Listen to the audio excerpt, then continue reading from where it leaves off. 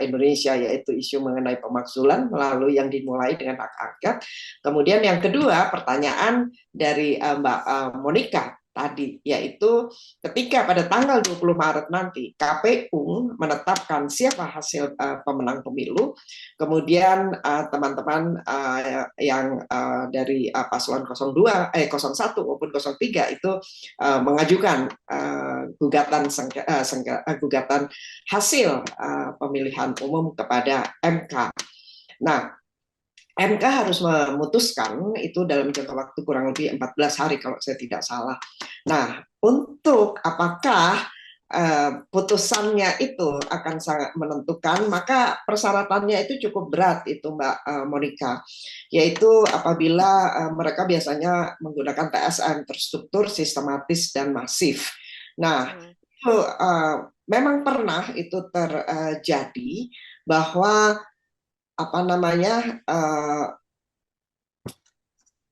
penggunaan TSM itu tetapi tidak di pilpres, tetapi pernah di pilkada, pemilu kada. Itu pernah itu ya. Jadi zaman siapa kalau tidak salah zaman Prof Mahfud ketika menjadi ketua Mahkamah Konstitusi gitu.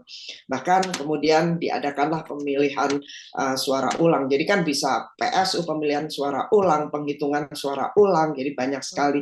Tetapi pembuktiannya itu adalah betul tidak terjadi terstruktur, sistematis, dan masif. Artinya masif itu terjadi secara meluas. Kemudian terstruktur itu ya memang direncanakan gitu ya. Kemudian sistematis. Jadi itu harus dibuktikan. Nah, inilah pembuktiannya ini yang membutuhkan satu kerja-kerja yang luar biasa bagi mereka yang menggugat hasil pemilihan umum. Nah, sekarang persoalannya adalah kalau kita bicara mengenai komposisi hakim pada Pilpres nanti, kalau gugatan Pilpres, maka Pak Anwar Usman tidak boleh itu jadi salah satu majelis hakim karena ada konflik of interest. Karena keponakannya Gibran itu kan menjadi pihak gitu di situ, artinya dia yang dipertanyakan bukan pihak yang pihak itu kan KPU nanti dengan yang penggugat itu.